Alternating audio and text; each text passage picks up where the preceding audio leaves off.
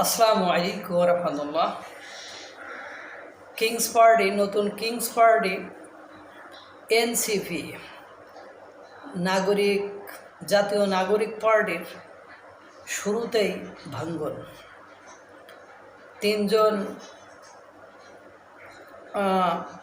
পদত্যাগ করেছে এবং তারা সকলেই গুরুত্বপূর্ণ পদে ছিল এবং আবার তাদের ভেতরে সমকামী ব্যক্তি থাকায় তাকে আবার বের করে দেওয়া হচ্ছে বা বের করে দেওয়া হতে পারে, না হলে ওদিকে আবার তাদের গুরু ইলিয়াস হোসাইন থ্রেট দিচ্ছে যে সে তাদের গোপন কথাবার্তা ফাঁস করে দিবে। এই যে অবস্থা, এই অবস্থায় কিভাবে তারা সামনের দিকে আগাবে এবং পাশাপাশি তাদের আয়ের উৎস কি, এটা নিয়ে বিভিন্ন মহল থেকে কথা আসছে এবং ইলিয়াস হোসেন উনি বলেছেন যে কারো কারো পিতা নাকি পার্টির অর্থায়নের জন্য সাদাবাজু করছে। তিনি নাকি তার সব কে বা ওই যে কাদের বিরুদ্ধে তিনি পদক্ষেপ নিতে বলেছেন, এই বিষয়ে যদি কেউ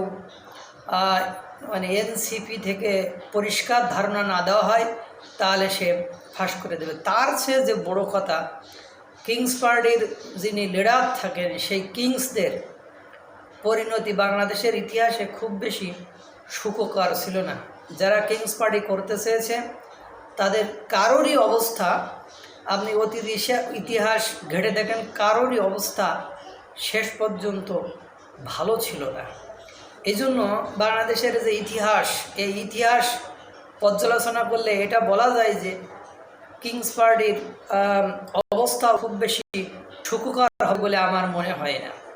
পাশাপাশি অ্যাডভোকেট ফজলুর রহমান মুক্তিযোদ্ধা, বীর মুক্তিযোদ্ধা, উনি বলছেন যে দ্রুত যদি ডক্টর মোহাম্মদ ইউনূস নির্বাচন না দেন তাহলে ওনার পরিণতি খুব বেশি ভালো হবে বলে আমার মনে হয় না। কেননা আমরা ওনাকে সম্মান করি, উনি একজন জাতির সুসন্তান, কিন্তু উনি যে কর্মকাণ্ডগুলো করছে তাতে করে আমার মনে হচ্ছে যে উনি ফজলুর রহমান সাহেব বলছে, আমার মনে হচ্ছে যে উনি বলছে বাস তুমি আমার গায়ে কেন এসে লাগো না, এরকম বিপদ তুমি আমার ঘাড়ে কেন এসে লাগো না, এরকম হয়েছিল অবস্থা। কারণ বাংলাদেশের ইতিহাসে যেই স্বৈরাচার হতে চেয়েছে তারই পতন খুব শোচনীয়ভাবে হয়েছে এবং পৃথিবীর ইতিহাসে কেউ স্বৈরাচার হয়ে জন্মগ্রহণ করে না।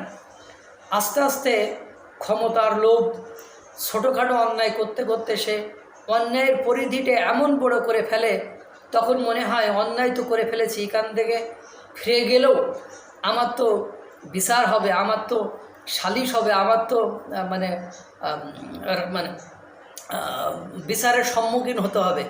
সেজন্য সে আপনার অন্যায়ের মাত্রা আরও বাড়িয়ে হলেও জীবনের শেষ দিন পর্যন্ত ক্ষমতায় থাকতে চায়।